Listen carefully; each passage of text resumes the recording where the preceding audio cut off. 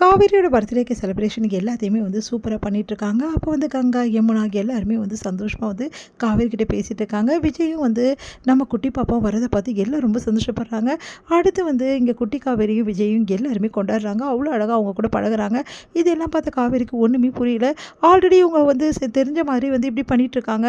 ஒன்றுமே புரியலையே அப்படி சொல்லிட்டு யோசிக்கிறாங்க. விஜய் கிட்ட கங்காவும் யமுனாவும் ரொம்ப நல்லா பேசுகிறதும், யமுனா வந்து விஜய் கிட்ட அவளும் வந்து கிட்ட நின்று மாமா பேசுகிறதையும் பார்த்துட்டு காவேரிக்கு ஒன்றும் புரியாமல் யோசிக்கிறாங்க. இப்போ தான் பார்த்தாங்க, அதுக்குள்ளே எல்லாரும் இப்படி ஒட்டிக்கிட்டாங்க அவங்க கூட.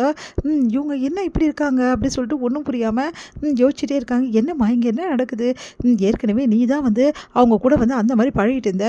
இப்போ என்னென்னா வந்து அக்கா தங்கச்சிங்க எல்லாருமே வந்து அவர் கூட அப்படி பழகிட்டு இருக்காங்க. என்னம்மா நடக்குதுங்க அப்படின்னோடனே, உனக்கு என்னது தாண்டி பிரச்சனை? அந்த தம்பி ரொம்ப நல்ல தம்பி, அவரை பற்றி நான் நிறைய விஷயங்கள் சொல்லியிருக்கேன் அவங்கக்கிட்ட. அதான் நல்லா பழகுறாங்க. இதில் என்ன இருக்குது? சரி, எல்லோரும் பழகுறாங்க. சரி, நிவினும் வந்து வந்து இந்த அம்மாவோட அப்பாவும் ஏன் அப்படி வந்து 2 பேரும் தனியாக போய் பேசுகிறாங்க? என்னமோ முன்னாடி பழக்கம் இருந்த மாதிரியெல்லாம் பண்ணிகிட்ருக்காங்க அப்படின்னோடனே, ஆம்பளைங்க இதுக்குள்ளே என்னடி பேசுவாங்க? ஆம்பளைங்க இங்கே இருக்கிற எல்லாமே லேடிஸு, ஆம்பளைங்க அவங்க 2 பேர் தான், அதனால போய் பேசியிருப்பாங்க. இதெல்லாம் ஒரு விஷயம்னு கேட்குறியா காவேரி? உனக்கு ஒரு பேரே இல்லை காவேரி அப்படி சொல்லிட்டு போகிறாங்க. இந்த அம்மா எப்போவுமே இப்படி தானே, அவங்களுக்கு தானே சப்போர்ட் பண்ணும். இங்கே என்னோட பர்த்டேவா இல்லை இவங்க 2 பேரையும் அறிமுகப்படுத்துகிற விழாவான்னு எனக்கு புரியலையே அப்படி சொல்லிட்டு யோசிக்கிறாங்க. அடுத்து வந்து சரி காவேரி கேக் வெட்டு அப்படி சொல்லி சொன்னோன்னே காவேரி வந்து கேக்கை வந்து கட் பண்ணுறதுக்காக போகிறாங்க.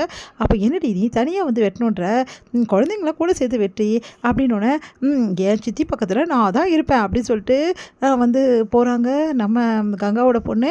உடனே வந்து அப்படியே வந்து பார்த்தபடியே நிற்கிறாங்க குட்டி காவேரி.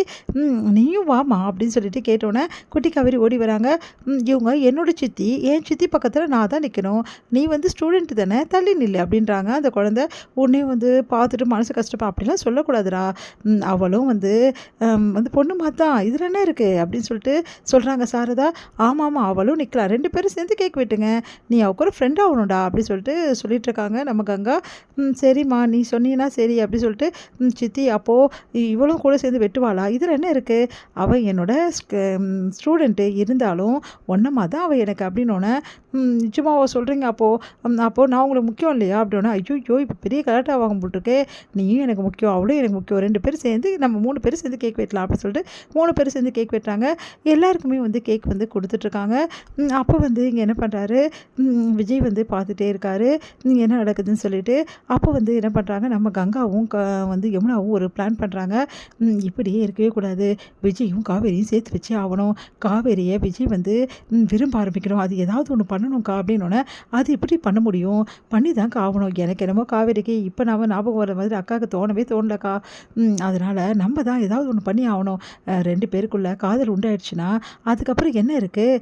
எப்படியும் அக்கா வந்து ஆல்ரெடி கல்யாணம் பண்ணியிருக்கா, இன்னொரு தடவை கல்யாணம் பண்ணால் தப்பே கிடையாது அப்படின்றாங்க யமுனா. என்னடி சொல்கிற? ஆமாக்கா, அதுக்கு என்ன ஏற்பாடு நம்ம பண்ணுவோம். காவேரி பார்த்தா மாமாவை பார்த்து எரிஞ்சு விழுந்துட்டுருக்காக்கா, என்கிட்டயே அவர்கிட்ட உனக்கு என்ன பேச்சு அப்படின்னு கேட்குறாக்கா. எனக்கே கஷ்டமாக இருக்கும் போது இதை மாற்றணும்க்கா. சரிடி எப்படி மாற்றலான்ற? பேசி தாங்க மாற்றணும், வாக்கா போகலாம் அப்படின்னு சொல்லிட்டு காவேரி கிட்ட பேச கொடுக்குறாங்க, பேச்சு கொடுக்குறாங்க. காவேரி கிட்ட பரவாயில்லையே, ரொம்ப ஹேண்ட்ஸமாக இருக்கார்ல அவர், உண்மையிலேயே அம்மாவோட அப்பா செம்ம ஹேண்ட்ஸமில். ஆமாம்லக்கா அப்படின்ற. ஆமாடி ரொம்ப அழகாக தாண்டி இருக்காரு. என்னக்கா உங்கள் 2 பேருக்கு கல்யாணம் ஆயிடுச்சுறது மறந்துட்டிங்களா? அவரை போய் இப்படிலாம் சொல்லிட்டு இருக்கீங்க, இதெல்லாம் சரியில்லை அப்படின்றாங்க. என்னடி இது, அழகாக இருக்காங்க சொல்கிறது ஒரு தப்பாடி, இதுக்கு போய் ஓவராக பண்ணிகிட்ருக்க. ஏன் நாங்கள்லாம் வந்து அழகாக இருக்க சொன்னால் கோச்சிக்கிற? அப்போது உனக்கு ஒரு இன்ட்ரெஸ்ட் இருக்க போட்டிருக்கே அப்படின்னோடனே, என்னக்கா பேசுகிற? அவர் மேலே எனக்கு என்ன இன்ட்ரெஸ்ட்டு? அப்படி இன்ட்ரெஸ்ட் இல்லாமையா வந்து இவ்வளோ தூரம் நம்ம வீட்டுக்கு வந்து பழகிருக்காரு? அதுதான் எனக்கும் புரியல, அம்மா ஏன் பழக வைக்கிதுன்னு எனக்கும் தெரியலக்கா அப்படின்னோடனே, இங்கே பாரு காவேரி, எப்படியோ உனக்கு கல்யாணம் பண்ணி ஆகணும், அவர் பார்த்தாலே எவ்வளோ சூப்பராக இருக்காருன்னு சொல்லிட்டு அவரை பார்த்தா உனக்கு வந்து தோணவே தோணல. என்ன தோணணும்? வேற என்ன, லவ் தான். என்னது லவ்வா அப்படின்றாங்க காவேரி.